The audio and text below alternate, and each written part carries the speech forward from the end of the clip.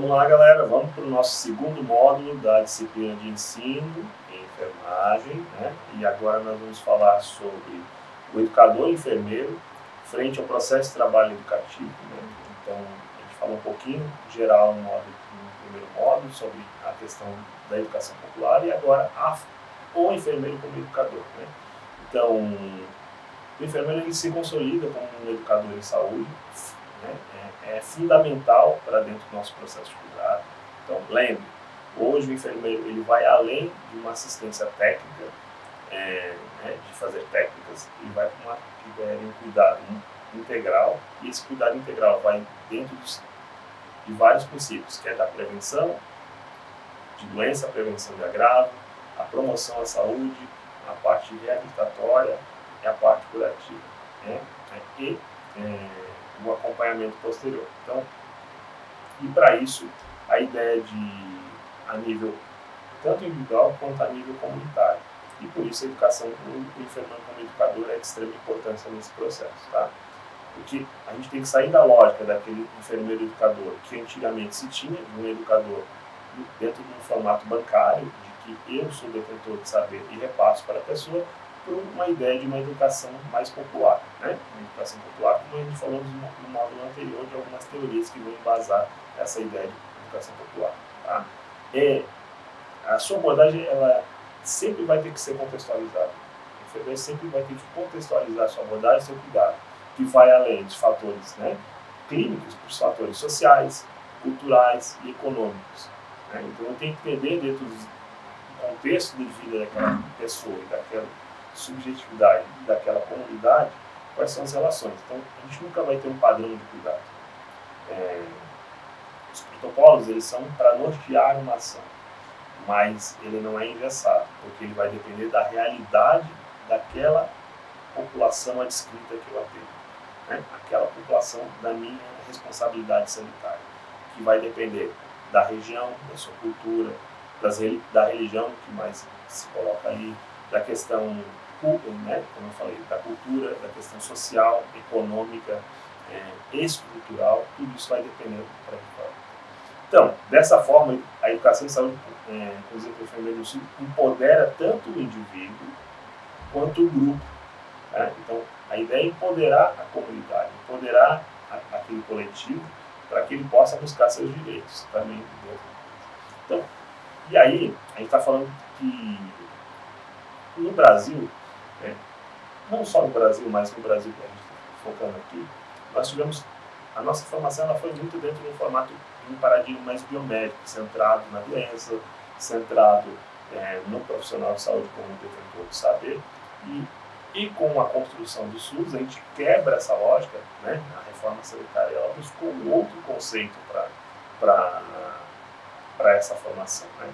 Nós ainda estamos lutando por essa mudança por completo, ainda não chegamos nesse modelo em que o SUS, apesar de termos o SUS já desde 89, né? Já tem uma história, mas é uma história nova, assim. Então se a gente pegar alguns modelos de saúde mundiais, como do Reino Unido, dos anos 40, né? Então tem muito mais história, então, para gente contar. O SUS ele é novo, apesar de ter de 89 para cá, ele é novo frente a um contexto geral, mundial. E até para entender que o nosso país é um país de tamanho continental, que tem muitas diferenças sociais, muitas diferenças de estratificação social, na verdade, né? E muitas diferenças culturais. Então, não tem como é um desafio conseguir botar todos esses princípios dentro de todo o processo, tá? Então, e por isso, dentro da reforma sanitária, o movimento para integrar a educação e saúde foi de extrema importância dentro das práticas profissionais, tá? Por quê? Porque valorizou o protagonismo da comunidade, a educação participativa, tá? O empoderamento das pessoas que a gente atende, e tanto do indivíduo quanto do seu âmbito social, tá? E aí, com isso, nós, enfermeiros, passamos a não ser mais um executor de tarefas, né? No nosso processo histórico da enfermagem, a gente tem muito essa lógica de controle, controle de medicação, controle de banho, controle de técnicas, né? A gente perpassa essa área, né? Para, além disso, né? Como um facilitador de aprendizagem, como um mobilizador social, e um elo fundamental na construção, né? De uma saúde mais efetiva e de maior valor e impacto social, tá? Então, e ela deixou então de ser, a educação deixou de ser um anexo, né? E tomou o componente central da prática. Então, aquilo que a gente tinha como alguns faziam, que fazia quando dava, agora ela faz parte da nossa função. Dentro, né? Então, até se vocês pegarem a Política Nacional de Atenção Básica, vocês olharem lá quais são as funções do enfermeiro, além da assistência individual, a assistência coletiva, com ações de educação e saúde, está dentro dos nossos princípios, nossas funções estabelecidas pelo Ministério da Saúde. Tá? Quais são as competências essenciais para o enfermeiro educador? Né? Primeiro, comunicação clara e acessível. Então, se a gente não tiver esse discernimento de poder entender que a comunicação ela tem que ser eficaz para aquelas pessoas que estão ouvindo, porque às vezes a gente fala como se achando que está claro, mas quem tem que estar claro para a pessoa que está nos ouvindo. Tá? Então, e tem de forma acessível. Às vezes, dependendo da forma como tu coloca, com linguajar muito técnico, né, vai dificultar, muitas vezes, a orientação para uma pessoa. Vamos dar um exemplo no atendimento individual. A gente quer controlar, organizar o uso da medicação de uma pessoa, né, que tem uma formação de ensino básico, né, e ela tem dificuldade de entender, de leitura, um analfabeto. Então a gente precisa entender que a forma como eu vou passar para ela, dependendo, ela não vai entender. E aí ela vai para casa, muitas vezes ela não vai dizer que não entendeu, né? Até muitas vezes pela situação de vergonha, né, de se expor, e ela não vai seguir aquilo que foi colocado. E aí não é porque ela não quer, é porque a minha comunicação não foi efetiva. Tá? A comunicação. Então a responsabilidade é nossa, como profissionais, entender qual o entendimento daquela pessoa, como ela percebe o mundo, como ela se relaciona, e também a questão cultural. A escutativa, tá, é um outro tópico. A educação de saúde ela não é de via de mão única, né? Não é só daqui para lá, ela é troca. Tá? Então, o educador e enfermeiro ele deve praticar a escutativa para as necessidades daquela pessoa ou daquela comunidade, experiência comunitária. Então, por isso que na estratégia da família a gente usa muito a questão da territorialização, que é conhecer o território, ir na casa das pessoas, conhecer as ruas, conhecer a comunidade na minha área de escrita, para eu entender um pouquinho como é o fluxo, por que é daquela forma, né? Incorporar dentro daquela comunidade. Eu posso não morar naquela comunidade, mas sou responsável sanitário para aquela comunidade. E para isso a minha escuta ela tem que ser ativa e não passiva. Tá? O planejamento estratégico é uma outra ação, que é aquilo. Eu conheço a minha comunidade, eu conheço a minha realidade e minha área de escrita, e a partir disso eu vou criar estratégias, né, planejamento de ações para dar soluções aos principais problemas.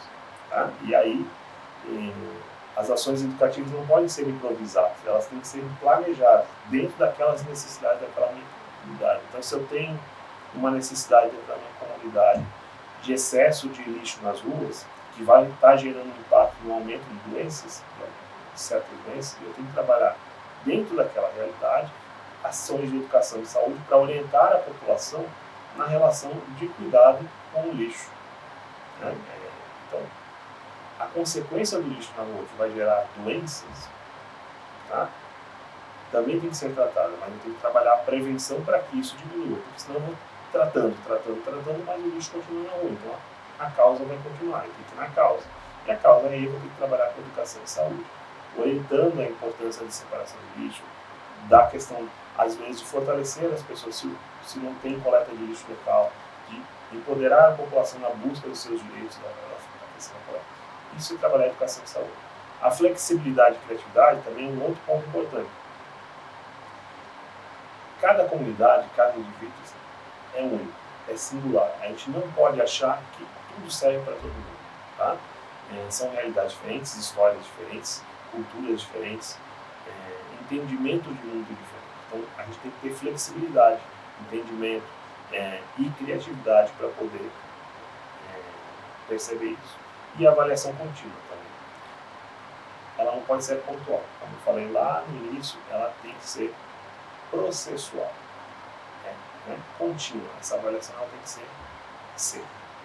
Quais as estratégias pedagógicas metodológicas que a gente pode utilizar? Então, rodas de conversa, como eu falei no grupo anterior, a questão de estudos de caso, a questão de dinâmicas de grupo, oficinas práticas e tecnologias educativas são algumas das estratégias que vão ajudar nesse processo. Planejamento participativo é importante, então quando eu planejo eu tenho que ser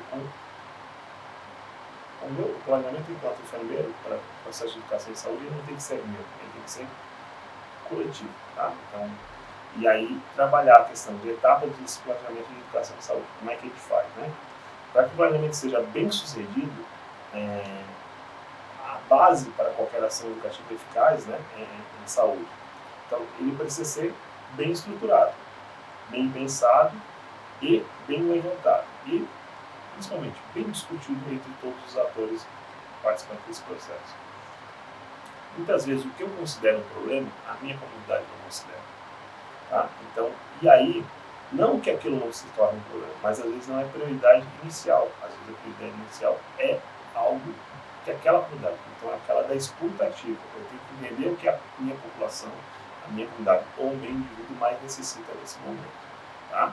E aí, para a gente fazer isso, esse planejamento, a gente primeiro tem que fazer um diagnóstico participativo, escutar a população, escutar os atores sociais e verificar qual o diagnóstico que se faz dentro dos problemas e, a partir desses problemas, identificar quais são as prioridades, problemas que a gente vai ter de curto prazo, médio prazo e longo prazo. A definição dos problemas claros, então, especificar, mensurar, criar estratégia para poder determinar quais são os problemas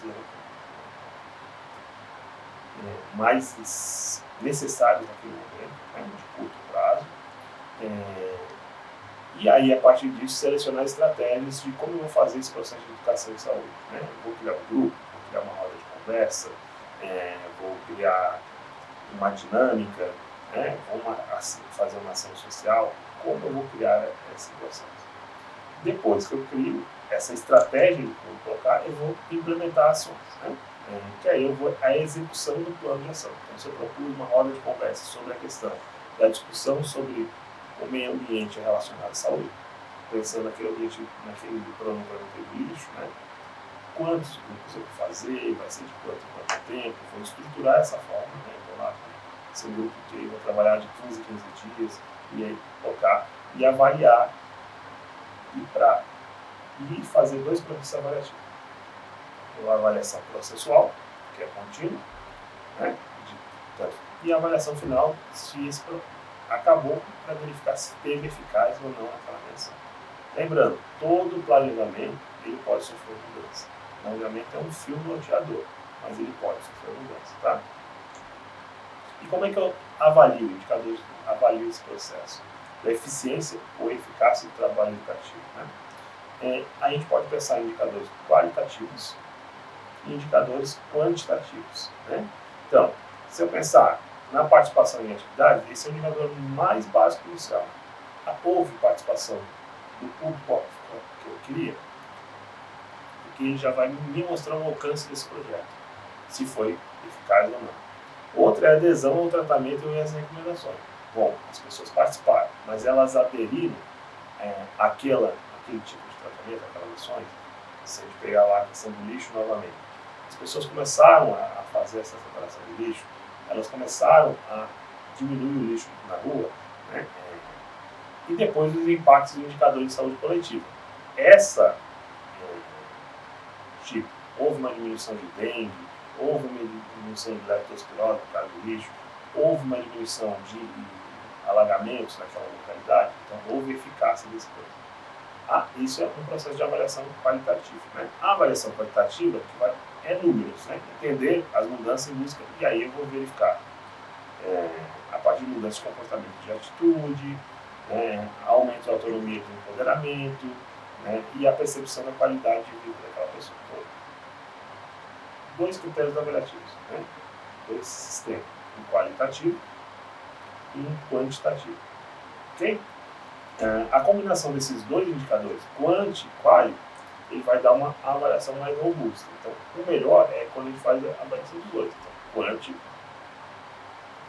e qualitativo. Tá? Então, quanti, quantas pessoas participaram, qual é a eficácia disso na diminuição de determinadas doenças, e quali, o que fez mudar as pessoas, como repercutiu dentro do contexto social daquela comunidade.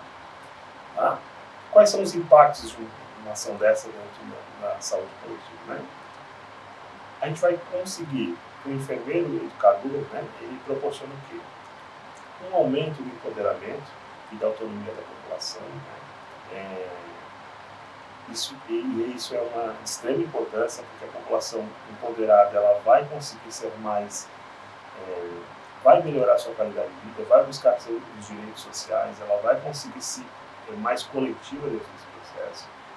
E a melhoria dos indicadores de redução de doenças, como reduzir a incidência de doenças preveníveis, como campanha educativa sobre higiene de mãos, então eu posso diminuir algumas doenças. A melhora da adesão aos tratamentos e programas, então as pessoas vão começar a incorporar aquelas ações dentro da sua prática e participação de programas de saúde. O fortalecimento entre o vínculo da comunidade com a equipe de saúde, ou com o enfermeiro, falando aqui do educador de saúde, mas o enfermeiro também não é só para ele, isso é para a equipe de saúde que ele participa, Então, isso vai gerar o quê? Aumento da procura do serviço, a adesão melhora, a sustentabilidade dos programas, em síntese, a atuação do enfermeiro como educador, ele não se restringe a um papel auxiliar, mas é uma força, ele é um agente importante para impulsionar o desenvolvimento de uma saúde coletiva mais forte e mais humana. E, principalmente, onde a comunidade é a principal agente da construção do seu próprio bem-estar. Isso quer dizer o quê? Ele vai, com as suas ações de educação e saúde, ele vai empoderar a comunidade, e para empoderando a comunidade, a própria comunidade ela vai ajudar na construção do seu processo de bem-estar e saúde. Qual a conclusão desse módulo, então? Nós, como enfermeiro educador, desempenhamos um papel estratégico no processo educativo, em saúde, integrando a teoria, a prática e a participação comunitária. E as nossas ações de educação e saúde vão contribuir para quê? Para a transformação social, para a promoção de saúde e, principalmente, para o fortalecimento do sistema único de saúde. Certo, galera? Valeu, até o próximo módulo.